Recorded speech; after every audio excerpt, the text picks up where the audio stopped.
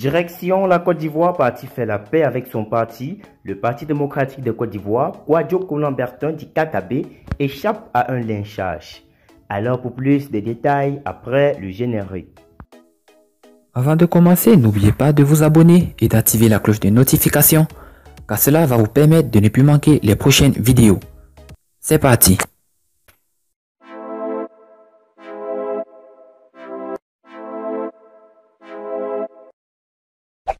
C'est certes une parenthèse qu'il souhaite fermer, mais il faut le dire tout net, Kwadwo Konan-Bertin dit KKB a échappé à un lynchage à la maison du PDCI-RDA jeudi.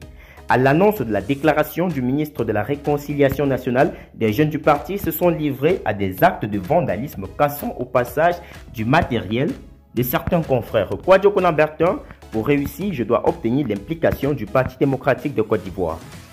Depuis leur divergence d'approche lors de l'élection présidentielle d'octobre 2020, Kwadwo Konan-Bertin dit alias KKB et son parti, le PDCI, Parti démocratique de Côte d'Ivoire, ne sont pas en odeur de sainteté.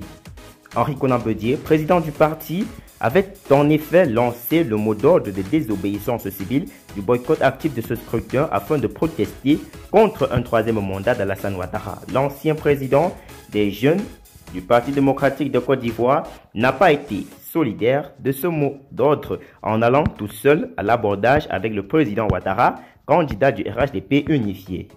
Cette attitude a donc déplu au cadre du militant du parti septagénaire qui se sont sentis trahis par l'un des leurs. Nommé ministre de la Réconciliation nationale et de la cohésion sociale, Kwadwo Konan-Bertin s'est lancé à l'assaut des partis politiques ivoiriens et des acteurs politiques afin de favoriser la réconciliation.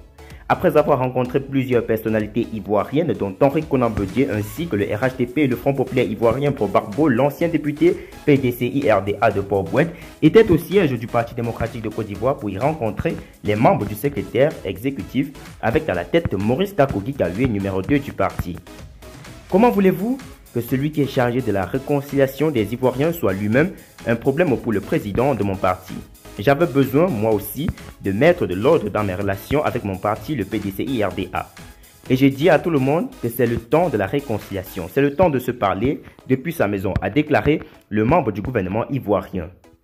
Poursuivant, il ajoute, donc moi, ministre de la Réconciliation, je pense que pour réussir, je dois obtenir l'implication du Parti démocratique de Côte d'Ivoire dans le processus, avoir la bénédiction des responsables de mon parti, avoir le conseil et les éclairages possibles. C'est pour cette raison que nous sommes présents cet après-midi à la maison du Parti démocratique de Côte d'Ivoire. Et je repars confiant, requinqué au regard des conseils, des propositions et des suggestions que j'ai reçues de la part du secrétaire exécutif que je remercie au passage.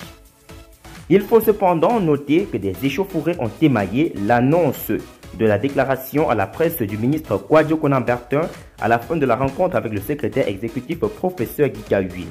Dans une déclaration consécutive à ces incidents, le PDCI-RDA condamne ces actes contraires à sa volonté, son embâche d'aller au dialogue et à la paix. Tient à s'excuser auprès des journalistes dont le matériel de travail a été avarié du ministre Kwadwo Konan-Bertin et de sa délégation, ainsi que de la presse nationale et internationale. C'est une parenthèse qu'il faut fermer, c'est l'air du temps. Notre rôle également, c'est de les éduquer. C'est une parenthèse qu'il faut fermer, a réagi pour sa part le ministre Kwadwo Konan-Bertin.